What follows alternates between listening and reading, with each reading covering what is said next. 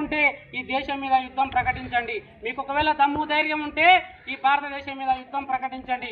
కానీ మీకు చేతగాక, మీకు దమ్ము లేక అక్కడ వచ్చినటువంటి వాళ్ళు, కొత్తగా మ్యారేజ్ అయినటువంటి వాళ్ళు పిల్లలు అక్కడ టూరిస్టుకు పోతే వాళ్ళ మీద దాడులు చేసి, పిల్లల మీద, వాళ్ళ కులం లేదు అక్కడ, ముస్లింల మీద వాళ్ళకు కులం మతం లేదు, వాళ్ళు చేసేది ఈ దేశం మీద దాడి. ఈ దేశం మీద దాడి చేయడానికి వాళ్ళు చేస్తున్నటువంటి ఒక నికృష్ట కార్యక్రమం ఈరోజు మొదలు పెట్టుకొని అనేక రకాలుగా దాడులు చేస్తూ ఉన్నారు. మీరు ప్రకటించండి ఈ దేశం మీద దాడి.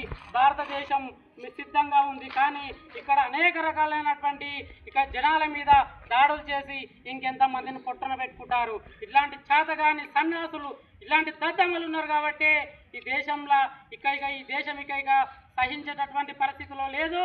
ఇక ఏం చేయాలనో ఈ ప్రభుత్వం, సెంట్రల్ ప్రభుత్వం కఠిన నిర్ణయం తీసుకుంటుంది. మీకు ఏ విధమైనటువంటి జవాబు చెప్పాలనో జవాబు చెప్పేటటువంటి పరిస్థితి మీరు ఆసన్నమైంది. మీ కర్మ మీరే రాసుకున్నారు.